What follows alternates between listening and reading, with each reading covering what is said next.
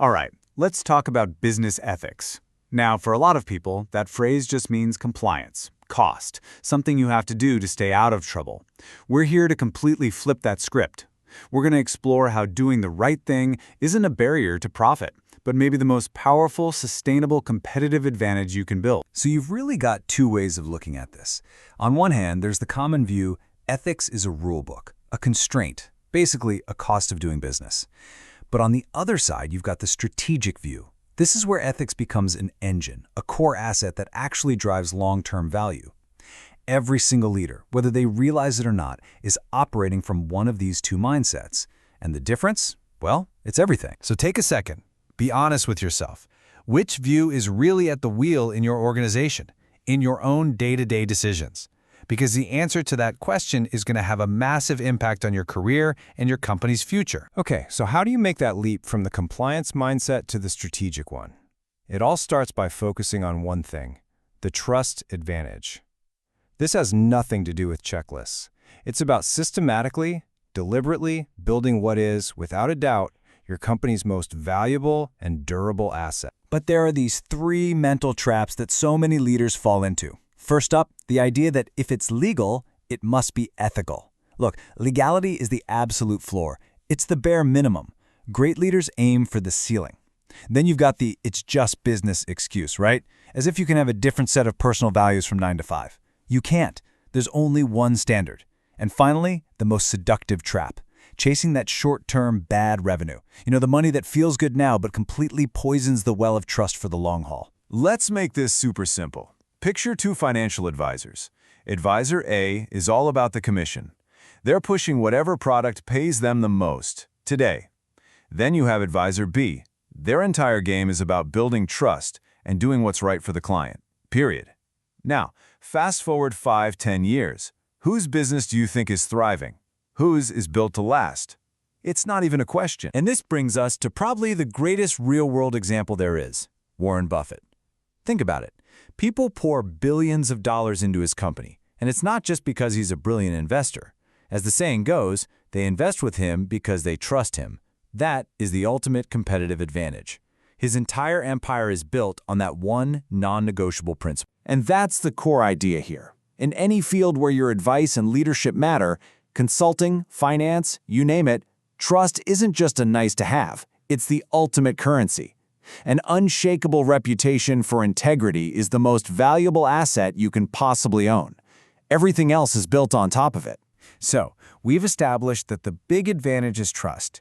But now the question is, how does it actually create value? How does it build on itself? Well, that's where the ethical flywheel effect comes in. It's a way to see how integrity creates this incredible self-sustaining momentum. Here's how the flywheel gets spinning. It starts with small, consistent, ethical acts. Always putting the client first, even when it costs you in the short term. Every one of those acts builds your reputation and deepens trust. That reputation then acts like a magnet, pulling in the best clients and the best talent, people who want to work with people they trust. With better people and clients, your influence and your impact just naturally grow, which in turn makes it even easier to keep making those ethical choices. And boom, the cycle starts again, but with more power each time. Now, this flywheel isn't just building some vague, fluffy concept. It's building a very real asset called reputational capital. Sure, you won't find it on a balance sheet, but make no mistake. This stock of trust and integrity is one of the most powerful drivers of your company's long-term value. Okay, that's the big idea. But theory is useless without execution. So how do you actually get this flywheel spinning? Let's get really practical here.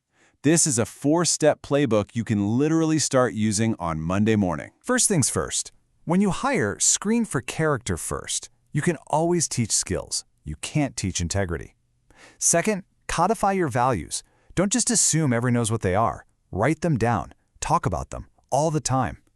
Third, and this is huge, you have to reward ethical courage. When someone on your team makes the tough call to walk away from bad money, you celebrate them publicly. That sends a signal that no memo ever could. And finally, you have to actively curate your network. And we're about to see just how critical that last one is. You've got the playbook. But as a leader, you need a scoreboard. How do you measure something that feels as intangible as integrity? Well, it's actually more straightforward than you might think. Let's look at 2 key metrics. So a great leading indicator, an early signal, is your percentage of revenue from repeat clients. Why? Because a repeat customer is a vote of confidence. It means they trust you. A high number here tells you that you're building relationships, not just chasing transactions. It's a sign that your trust asset is growing. But if you want the ultimate proof, the truest, most powerful lagging indicator of whether your values are real or just words on a wall, you have to use the walk-away test. And here it is. This is the test. Ask yourself this. How many times in the past year did your firm consciously walk away from a big, profitable deal because it just wasn't the right thing to do, because it went against your core principles? That number, that's the real measure. And be careful, a 0 is not a good score. A 0 probably just means your values have never actually been tested. All right, let's bring this home and make it really personal. Because at the end of the day, this isn't just about a corporate strategy. It's about your legacy as a leader. And that legacy is shaped, more than anything else, by the company you keep. This is one of the most important things to understand. The people in your circle, your partners, your clients, your team, they're not just passive contacts. They are actively shaping your ethical compass every single day. Over time, the standards of your network, whether they're high or low, will eventually become your own. So, we'll leave you with this one last question to think about. Knowing that your network is literally defining your character and your legacy, who are you choosing to surround yourself with? Answering that question honestly might just be the single most important strategic decision you ever make.